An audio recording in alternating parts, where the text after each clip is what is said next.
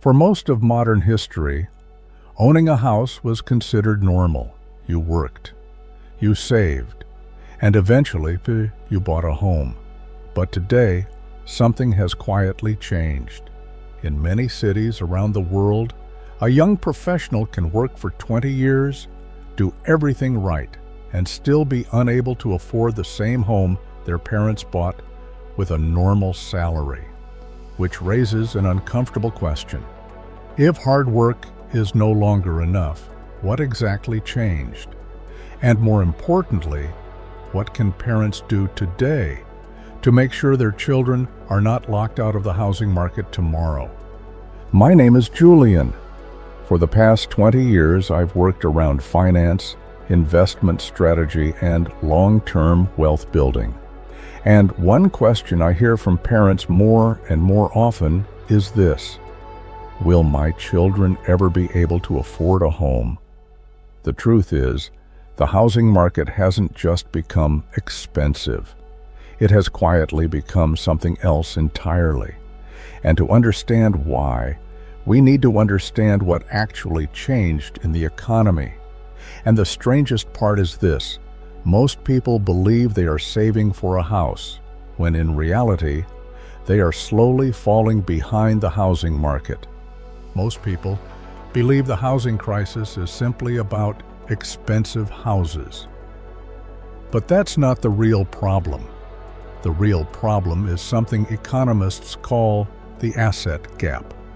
For decades, assets like real estate and stocks have been rising much faster than wages, which creates two completely different financial worlds.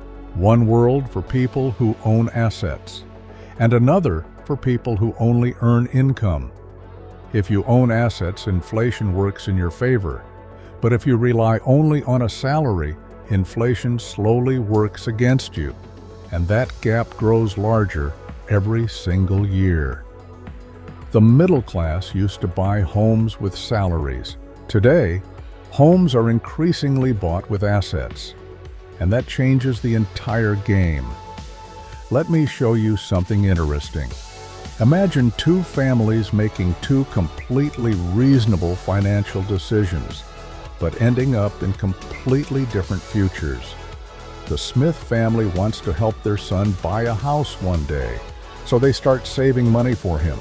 They work hard, they stay disciplined, and 20 years later, they proudly give him $50,000 for a down payment.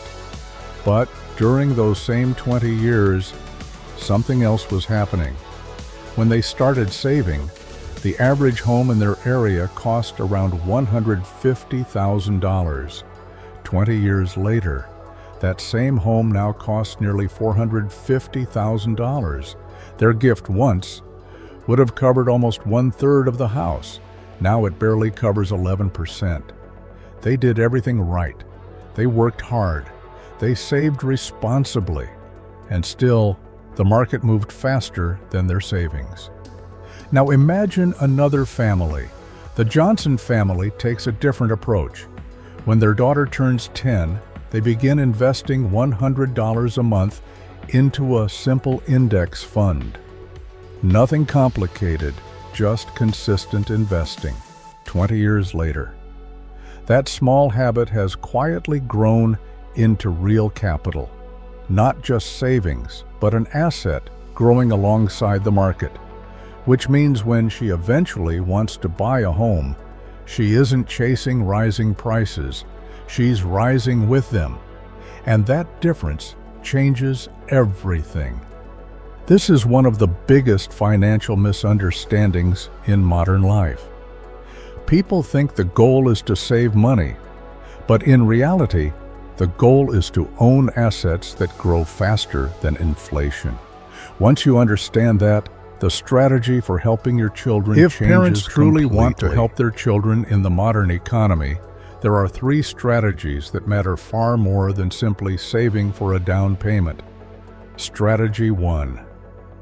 Start earlier than the market expects. Time is the most underestimated financial advantage. A child who begins investing at 10 or 15 has something incredibly powerful. Time for compounding. Even small investments, given enough years, can grow into something surprisingly large, which means when the moment comes to buy a home, they are not starting from zero. They are starting with momentum. Strategy 2. Teach them how money actually works. Most young adults graduate understanding almost nothing about assets, inflation, debt, or compounding. Yet these are the forces shaping the entire economy. Teaching your children how money works may be more valuable than giving them money itself, because knowledge compounds too. Strategy 3. Help them become owners. Ownership changes the entire equation. Instead of relying only on income, encourage your children to participate in assets early. And this doesn't need to be complicated.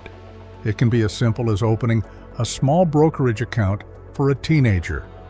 Instead of giving them $100 to spend, you give them $100 invested, maybe in companies they already know. Apple, Nike, or other businesses they interact with every day. Now they are not just consumers, they are owners. And that small shift in identity can change how they think about money for the rest of their lives. And here is the part most parents don't realize. The biggest financial advantage your children can have today is not a higher salary. It's parents who understand how assets work. Because housing will probably continue getting more expensive, but families who understand assets early experience a completely different reality. They are not chasing the market. They are growing with it. Every generation faces a different financial landscape. Previous generations built wealth through hard work and saving. The next generation will build wealth through assets and strategy. And the families who understand that early will quietly change their children's future. I'm curious what you think. What do you believe is more powerful today, saving money in the bank or teaching your children to own assets? Let me know in the comments. In the